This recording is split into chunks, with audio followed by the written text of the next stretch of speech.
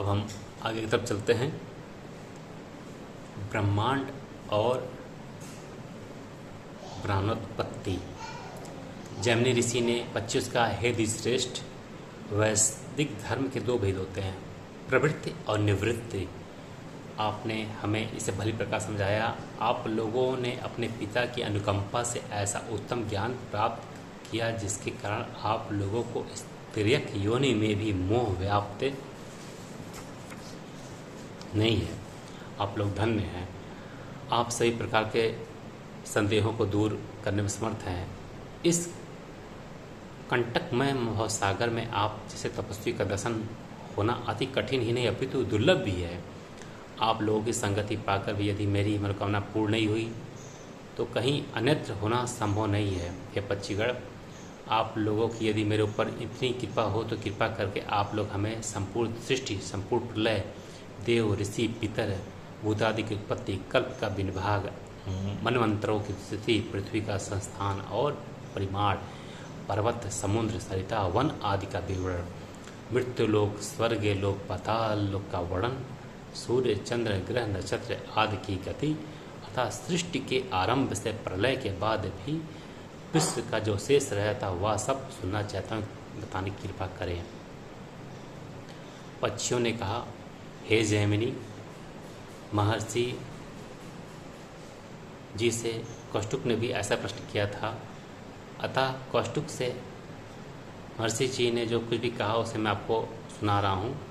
जो पदयोनि पितामह के रूप में विश्व की उत्पत्ति और विष्णु के रूप में सृष्टि की स्थिति तथा प्रलय काल में भयंकर रौद्र रूप में इस सृष्टि का संहार करते हैं, उन जगन्नाथ को प्रणाम करके सारा वृत्तांत आपको सुना रहा हूँ। आप एकाग्रचित्त होकर सुनिएगा। तो इस प्रकार हमारे श्रेष्ठ श्री महर्षि जी ने कहा, प्राचीन काल में सर्वप्रथम अव्यक्त अजन्मा ब्रह्मा की उत्पत्ति होने के कारण ही उनके चारों मुख से वेद व पुराण उत्पन्न हुए हैं। तत्पश्चात ऋषियों ने पुराण संहिता को अनेक वर्गों में विभाजित किया। उनके उपदेशों को त्याग कर धर्म, ज्ञान, वैराग और ईश्वरीय भाव की सिद्धि नहीं की हो सकती। ब्रह्मा के मन से उत्पन्न सप्त ऋषियों ने वेदों को ग्रहण किया और उन्हीं के मानस से उत्पन्न अन्य ऋषियों ने पुराणों को ग्रहण किया। भृगु मुनि से च्यवन ऋषि ने पुराण को ग्रहण करके इनका उपदेश अन्य ऋषियों को दिया और इन ऋषियों ने सब पुराणों को दक्ष को सुनाया। दक्ष द्वारा इन पुराणों को मैंने सुना। कलयुग के पापों को नष्ट करने में समर्थ उन पुराणों को हे जैमिनी आज हम आपको सुना रहे हैं। जो जगत की सृष्टि, स्थिति और प्रलय के कारण भूत आदि पुरुष उपमा रहित अजन्मा अव्यय चराचर जगत के एकमात्र आश्रय परम पद रूप तथा जिनमें यह संपूर्ण जगत प्रतिष्ठित है, उस हिरण्यगर्भ लोक नियामक परम ब्रह्मा को प्रणाम कर इस अनुपम प्रपंच को कह रहे हैं। हे जैमिनी, यह श्रेष्ठ पुरुष से अधिष्ठित होने के कारण नित्य होते हुए भी यह अनित्य है। सृष्टि का जो व्यक्त कारण है वह अव्यक्त नाम वाला है, जिसे महर्षियों ने सत असत व्यक्त, नित्य एवं सूक्ष्म प्रकृति कहा है। जो नित्य, अक्षय, अजर, अपरिमेय, अनाश्रित, रूप, रस, गंध और स्पर्श आदि से रहित अनादि अनंत जगत के उत्पत्ति स्थान, त्रिगुणात्मिका, अव्यय, अविनाशी, सदा विद्यमान, अविज्ञेय सर्व कारण है। वही प्रधान ब्रह्मा स्वरूप सृष्टि के पूर्व से प्रलय के पश्चात भी अखिल ब्रह्मांड में व्याप्त रहते हैं।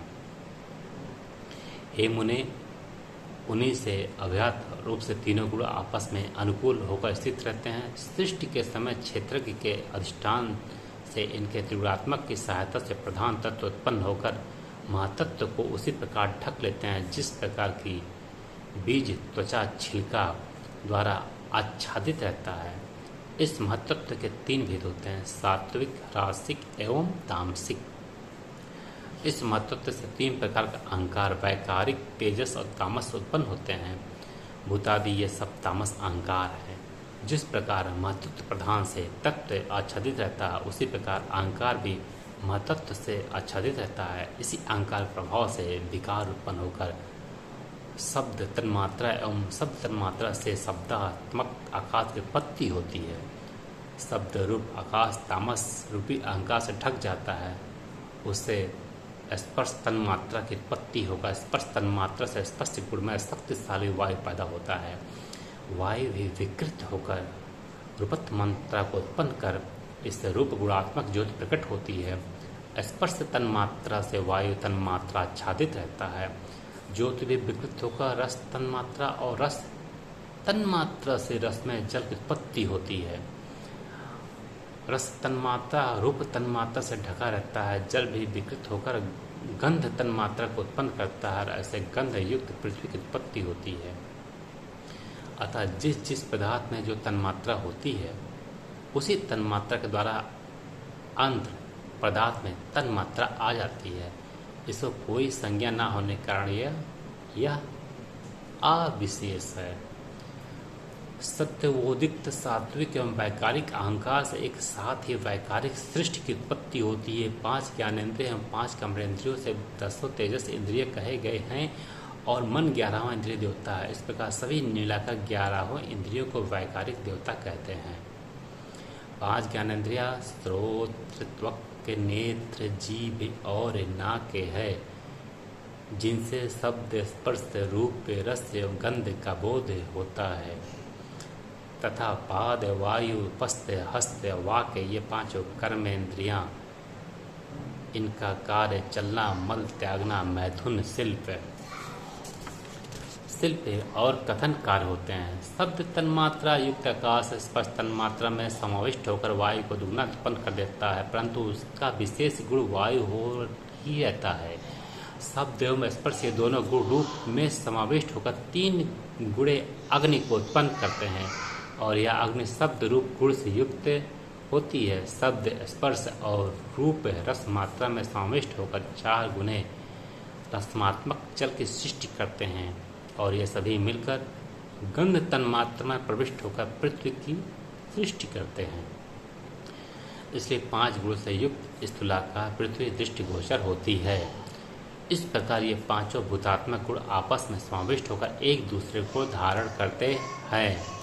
इस प्रकार 10 इंद्रियां, मन और 5 तत्व जब ये सभी एक साथ आपस में नहीं मिलते तब तक सृष्टि की उत्पत्ति संभव नहीं है। जब ये सभी आपस में मिलते हैं तो आपस में एक दूसरे का अवलंबन करते हुए पूर्ण रूपेण संगठित होकर पुरुष या अधिष्ठान एवं प्रकृति का अनुग्रह प्राप्त करते ही महत्व से विषय पर्यंत एक अंडे की उत्पत्ति होती है, जो जल में रहकर धीरे धीरे वृद्धि को प्राप्त होता है। ब्रह्मा नामक क्षेत्र के इसी प्राकृत अंडे में रहता है ब्रह्म है। वही प्रथम शरीर वाला, वही प्रथम पुरुष, वही भूतों के आदि कर्ता ब्रह्मा और सबसे ऊंचा वर्तमान उपस्थित था। उसी पुरुष या तीनों लोक व्याप्त है।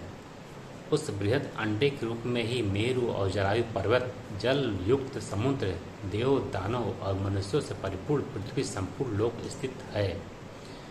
जल, वायु, अग्नि और आकाश आदि भूतों के साथ क्रमशः 10 गुना के परिमाण में अंडे के बाहरी भाग को घेर रखा है तथा महातत्व भी उसी परिमाण में अंडे को आच्छादित किए रहता है और प्रकृति भी उसे ढकी रहती है। इस प्रकार 7 प्रकृति आवरण द्वारा वह अंड ढका रहता है।